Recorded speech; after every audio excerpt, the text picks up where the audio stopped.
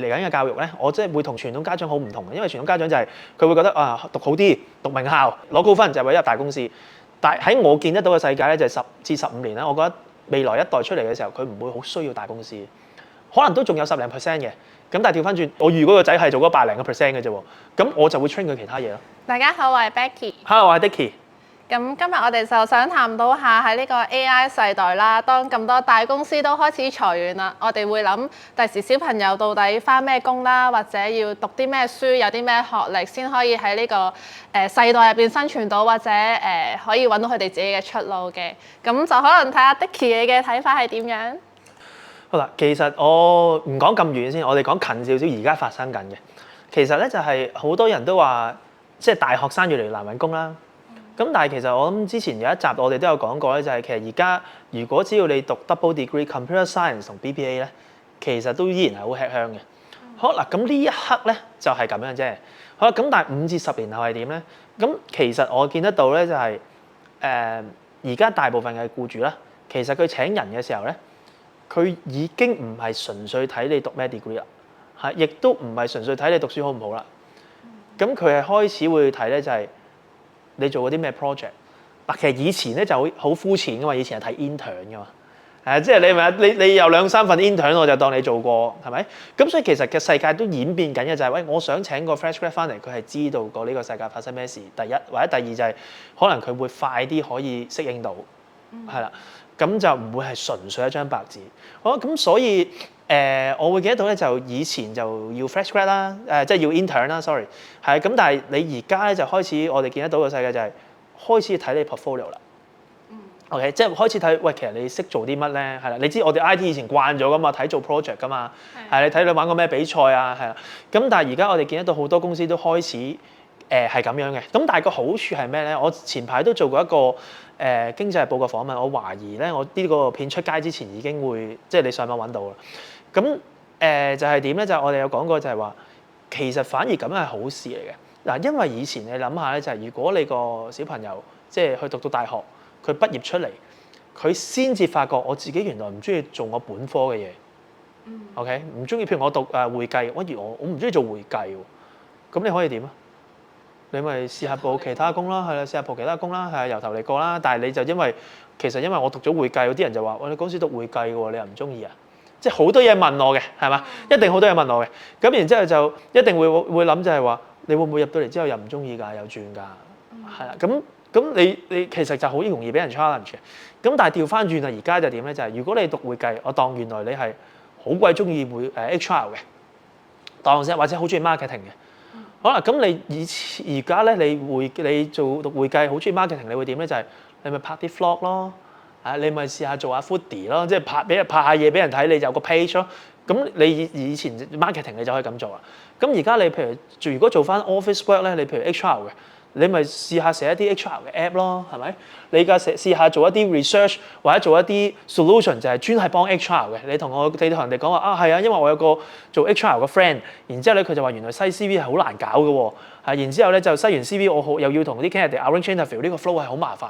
我咧就花咗個時間搞咗個 app 仔，係啊，總之咧啲 CV 一彈過嚟咧，跟住就會入呢個 app，呢個 app 一 screen 完之後咧，我就會話俾我知，俾個 summary 我，哦，今日有10個人啱你喎。然之後我撳，我就可以 schedule 個 meeting 啊，同佢一個 email。咁都比較似一啲 internship 嘅經驗，只不過以前我要黐住間公司，有人教我先至可以寫到經驗。但係而家反而係可以靠自己㗎啦。可以靠自己喺個 project 做自己個 portfolio，就可以係一個好 valid 或者好 presentable 嘅一個經驗。係啊，咁所以你咁樣諗翻就係第一啦，你仲需唔需要好緊張你讀邊科咧？係啦，諗當然你中意做嗰科，即係你有啲好似自我就係做嗰樣嘢嘅，咁你就係好中意讀嗰科，咁梗係好啦，你梗係讀到嗰科梗係好啦。但係你有好多人唔係㗎嘛，冇咁好彩㗎嘛。咁你冇咁好彩嘅話，你讀咗第二科，你咪試下用你嘅方法話到俾人知就係，喂，原來你對呢樣嘢有興趣嘅，你咪自己去研究咯。而家有 AI 啊，你又可以寫 product 啊，寫 apps 啊，其實冇人 stop 到你嘅。係，當你有呢嚿嘢嘅時候，學你話齋啦，人哋擺 intern，我就擺呢個 app 出嚟。你覺得好吸引？係啊，你係 HR，你都會可能會揀呢個嚟見下先啦。呢嚿嘢啱唔啱我用咧？或者就算唔啱我用，你都會點諗啊？就係你入到嚟你就幫我解決到我嘅問題咯。係。咁你諗下，你會請邊個啦？係啊，同埋嗰個 approach 都好唔同 intern 我係可能入去等一個 mentor 嘅 guidance 或者學一套已經有嘅嘢，但係 portfolio 係我自己由零開始去分析有啲咩需要去做，有啲乜嘢嘅方法可以解決到呢個問題。冇錯啊。approach 其實好唔同。所以其實我哋見得到咧，就係而家係一個機會咧，就係哇！你以前咧，你真係要做嗰行，你一定要讀嗰科，但係而家咧就你有得揀嘅，你可以繼續讀你嗰科，但係隨時如果你真係覺得你嗰行咧，你都好想做嘅話咧，你都可以照做，咁你就用你個方法，可能做少 project 啊，或者而家都係成日都講零成本創業㗎嘛，一人公司係咪？我哋3集都有講，咁你咪自己試下做下，原來可唔可以自己幫人做數咧？係啊，如果你中意頭先講你可能中意做 HR 嘅，或者 HR 就唔係做數，你中意做 HR 嘅，會唔會寫個 screen CV 嘅 app 咧？會唔會寫一個教人哋寫 CV 嘅 app 咧？咁其實你有好多嘢，你而家係有呢個方法啦。咁所以我自己就覺得咧，最重要係咩咧？就係唔係揀讀邊科，而係咧你要自己有個 mindset，就係我就算讀邊科，我都係要幫人解決問題。係呢個其實係好理想啦。咁但係如果翻返去現實，就係我哋小朋友一定要讀書。咁亦都讀書嘅過程亦都會有成績啦，要考試或者有比較呢樣嘢。咁即係或者啲新型啲嘅教育係我哋或者唔需要再俾傳統學校綁住啦，唔使俾嗰套框架綁住啦。咁我哋其實可以睇啲乜嘢係我哋需要培訓啲小朋友。好嗱，咁我哋可以講啲遠少少嘅嘢啦。嗱，遠少少就係你當譬如咧，唔知大家知唔知啊 Elon Musk 咧，其實嗰啲小朋友咧，佢哋嗰陣時即係你上 Google 都揾到啦。佢哋係有一間好非常規嘅學校嘅，即係佢即係話佢嗰間常規學校係點咧？就係首先 Elon Musk 自己創立啦，亦都俾佢小朋友去讀啦。咁佢入面咧，佢就話係冇年級之分嘅，係啦，即係你冇話一定要1年班，你咧慢慢去到2年班、3年班、4年班，你先做到某一樣嘢。同埋佢咧就有好多科目咧係冇需要嘅，即係可能音樂啊或者其他語言，佢覺得你冇需要學或者你唔想學咧，我唔逼你學。但係你知以前小學逼你學噶嘛，一定要學噶嘛，係咪？係學足晒添，仲要全部。係啦，咁都好嘅，即係你全人發展啲啊嘛，即係以前嗰個 so call 係。咁但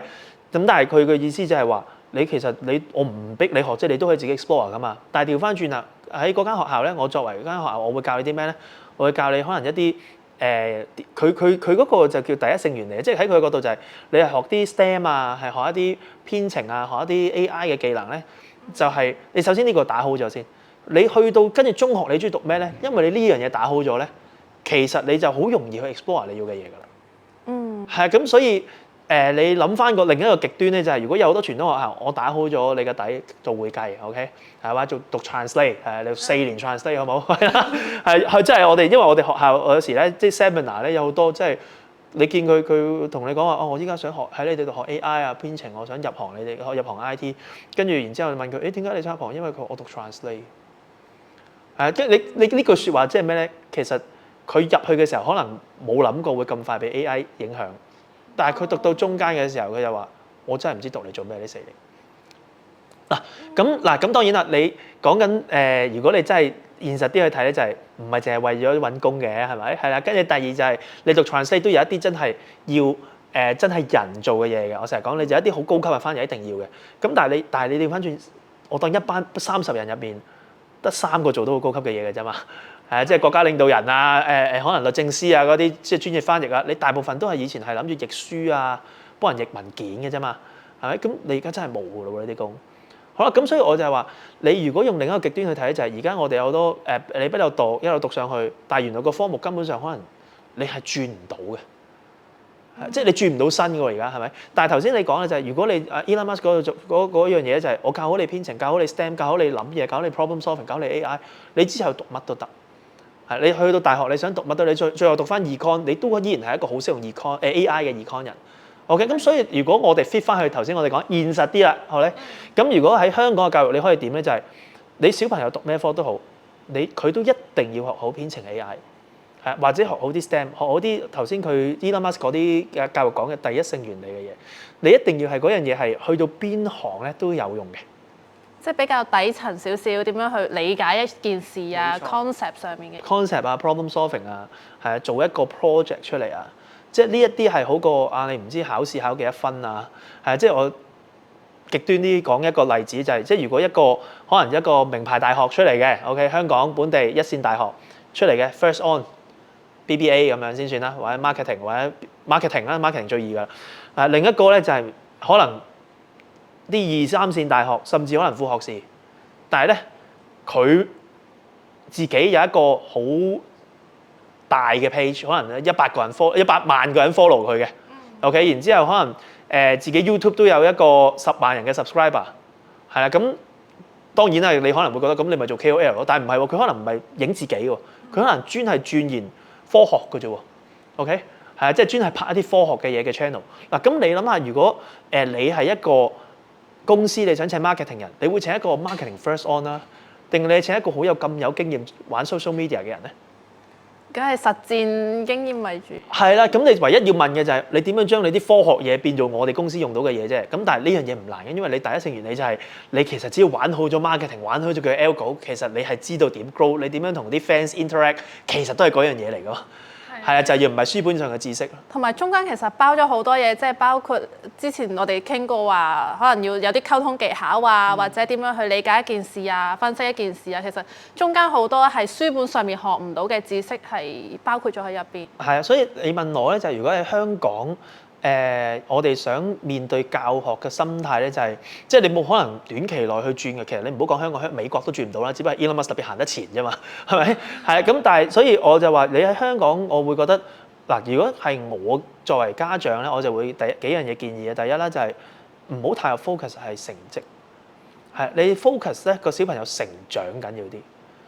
即係你如果預期佢即係好似頭先講嗰個例子咧，就係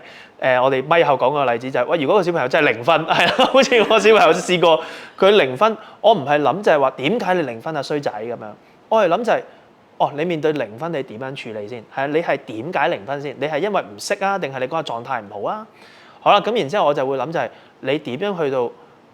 你有冇心變翻60分、80分、100分先？你有冇覺得0分有問題先？如果佢覺得0分冇問題，另一件事嚟嘅喎，係嘛？即係我係要教佢另一件事嘅咯。但係佢話：係，我覺得0分有問題，係我亦都其實唔係嗰個狀態唔好，我真係唔識。OK，咁我就會借呢個機會咧，就係幫佢成長啦。就係話咁如果咁咧，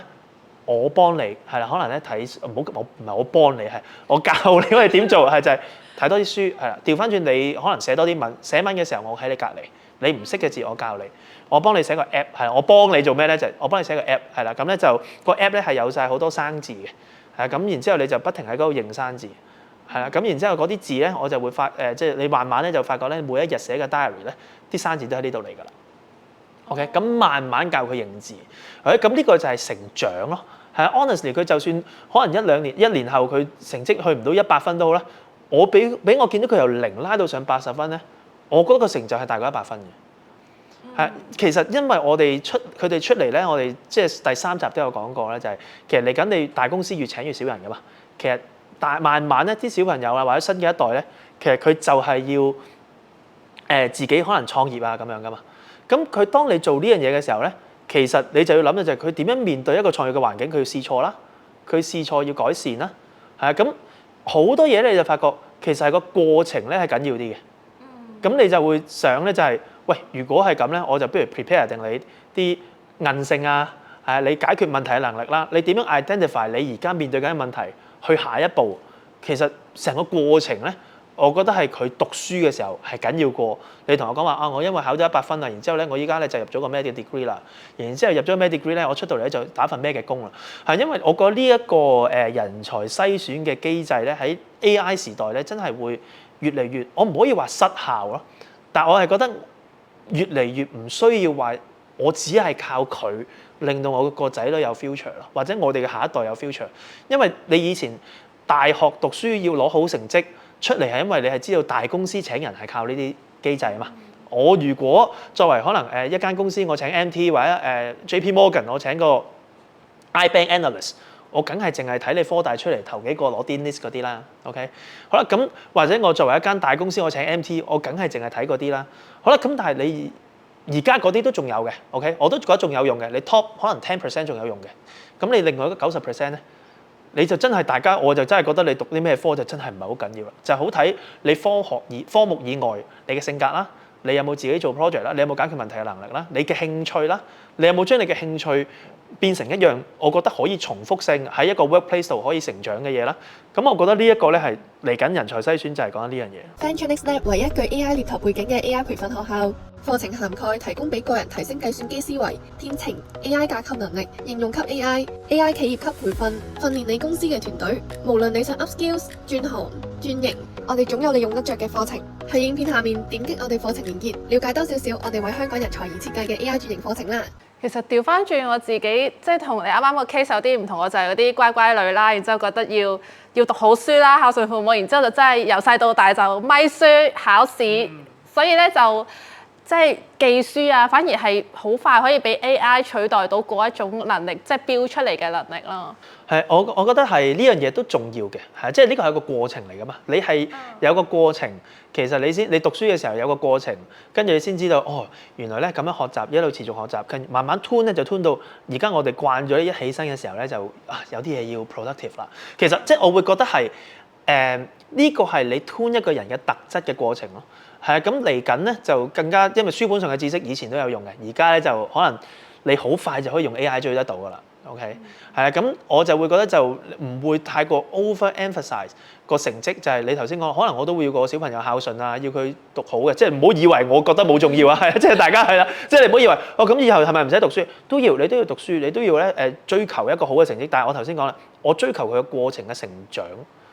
係啦。咁當然啦，即係你由0分去到80，你梗係希望有一日80去到90啦，係咪？係啊，咁當你90日跌得翻70嘅時候咧，好啦，對我嚟講咧，我就唔會覺得話即刻捉住佢退步，我就會諗，喂，呢樣嘢你知唔知道你差咗㗎？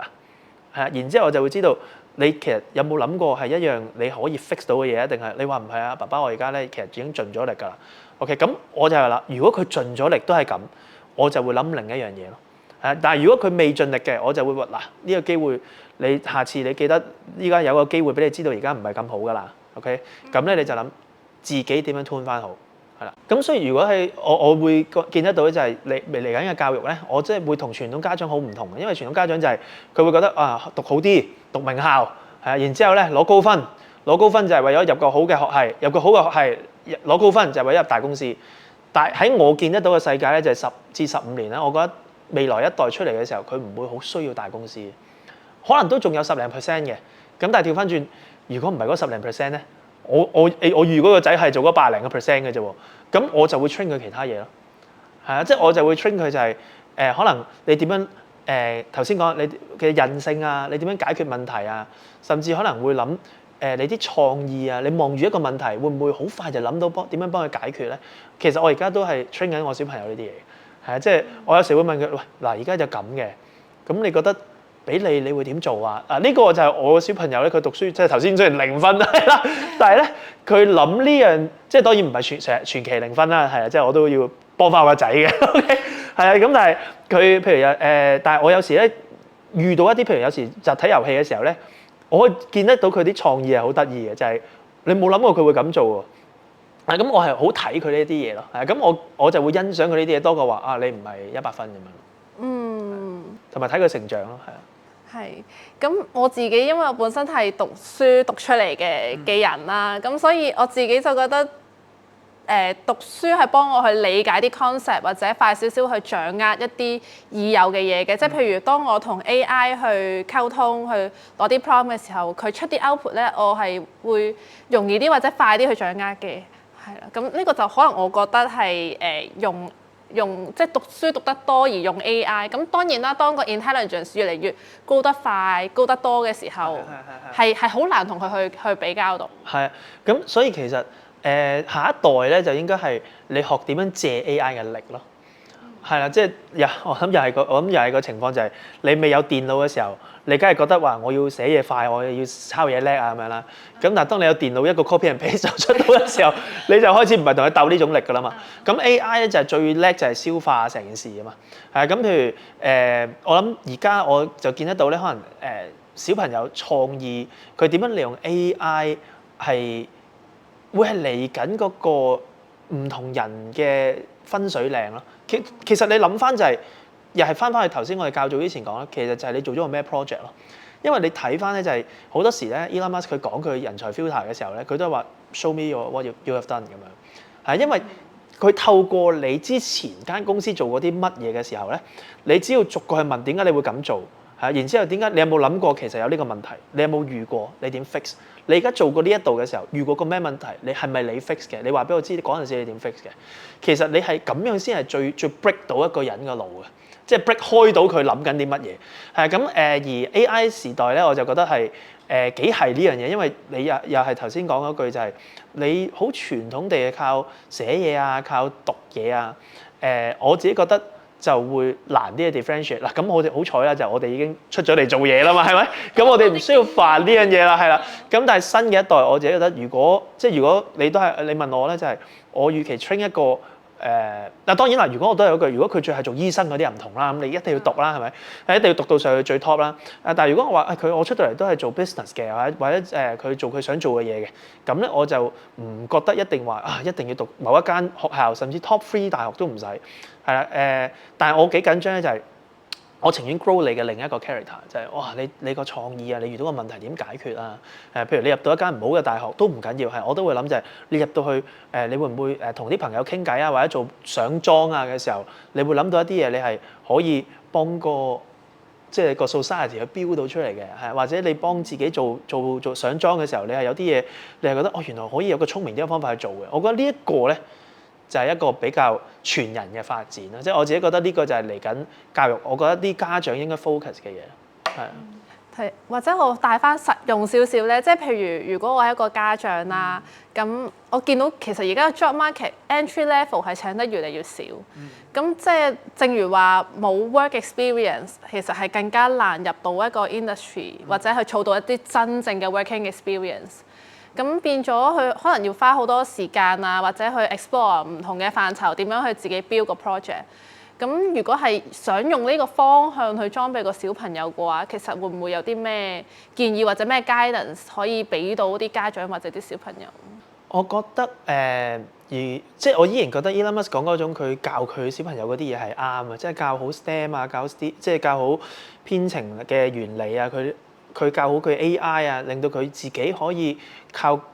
講幾句嘢啊，或者靠 natural language 再靠佢自己寫嘢，可以 build 到啲嘢出嚟，去解決佢想解決嘅問題咧。我覺得呢個係應該嚟緊10年都唔會 outdate 嘅呢件事。係咁因為當你做到咁樣嘅時候咧，你就會諗就係我相信嚟緊嘅小朋友咧，嗱如果你諗翻之前咧嗰扎 tech 嘅人咧，佢哋係大學嘅時候已經創業㗎啦嘛。或者佢大學要 drop out 嚟創業㗎嘛？互聯網時代係啊，互聯網時代係啦。我覺得嚟緊 AI 時代咧，有好多可能佢中學就可能難啲，但係我覺得佢大學嘅時候咧，佢已經諗到有啲嘢可以做㗎啦。可能佢覺得身邊啲朋友，原來大家好中意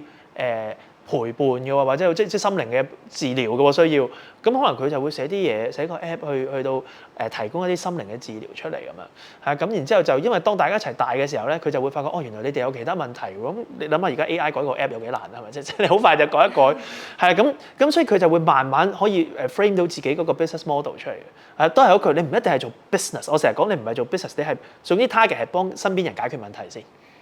係啦，咁當你幫身邊人解決問題咧，你去到職場咧，你都係幫到你僱主解決問題。係啦，咁而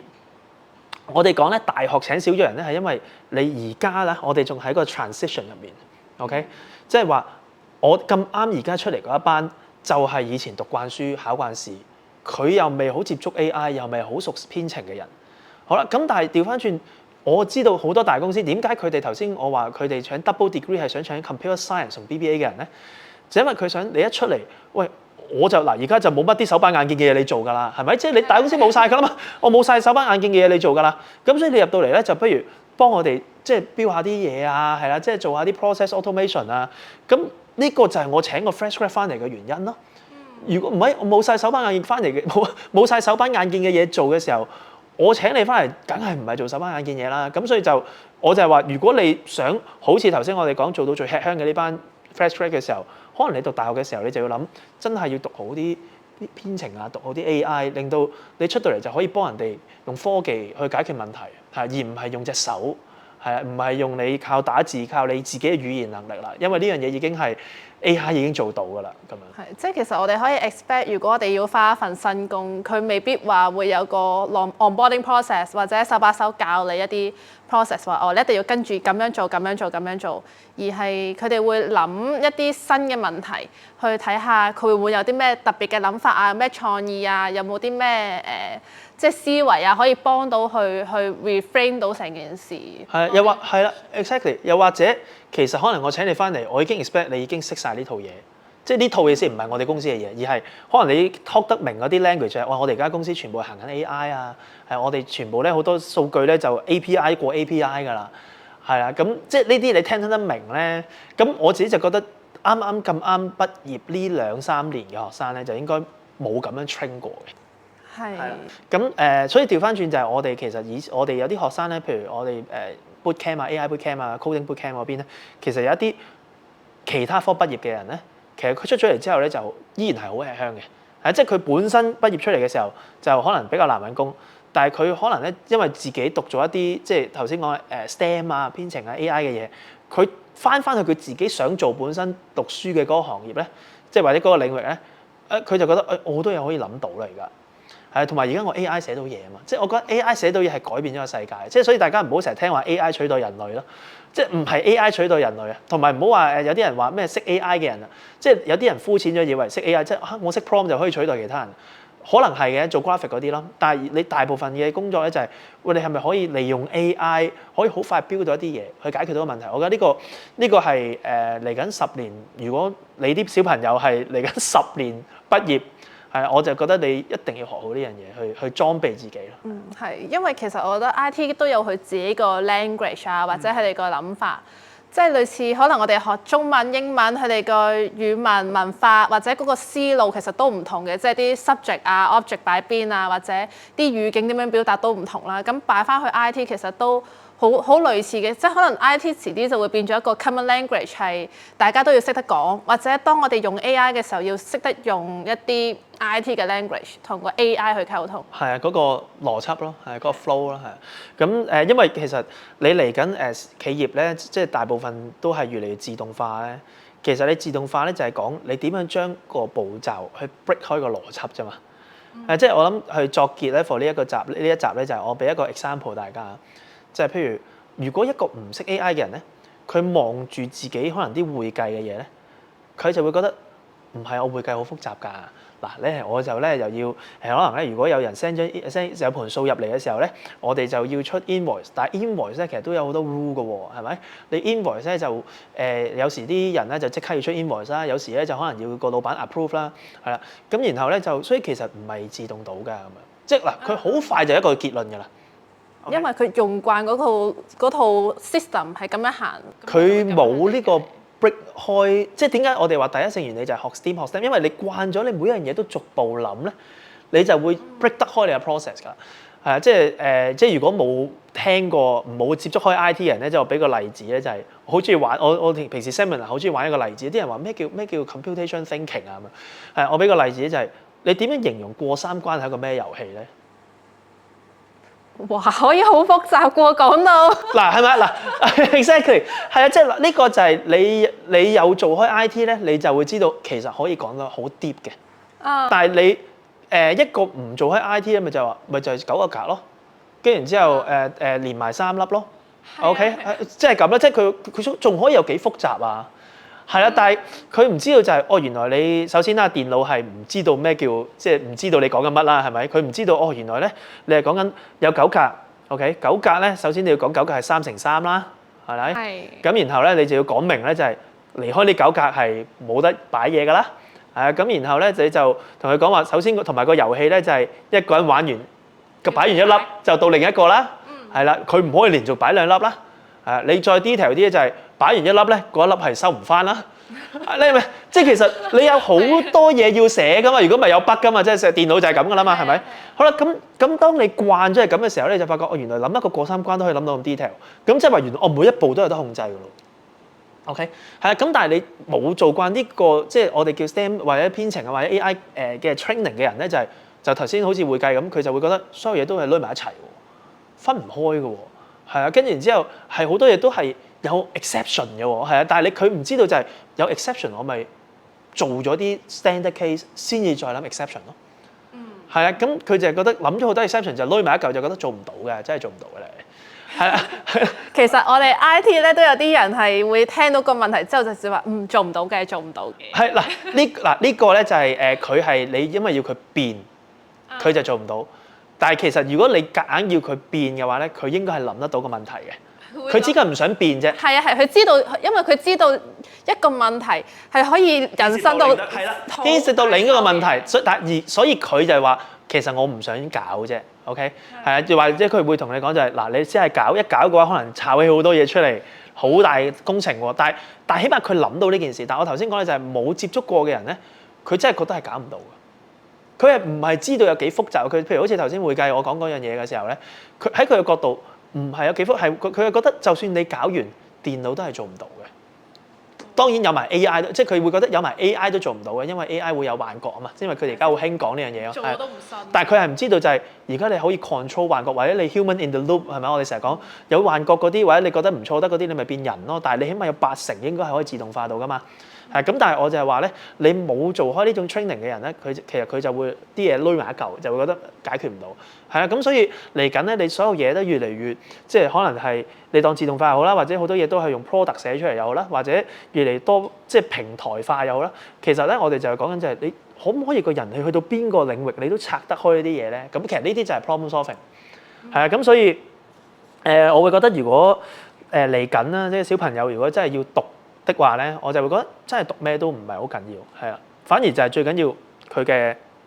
成長啦，係啊。跟住第二咧就係除咗你 standard 你俾佢讀嘅嘢，即係佢即係讀書教佢嗰樣嘢咧，你要俾一啲真係有用嘅嘢佢學，就係頭先我哋講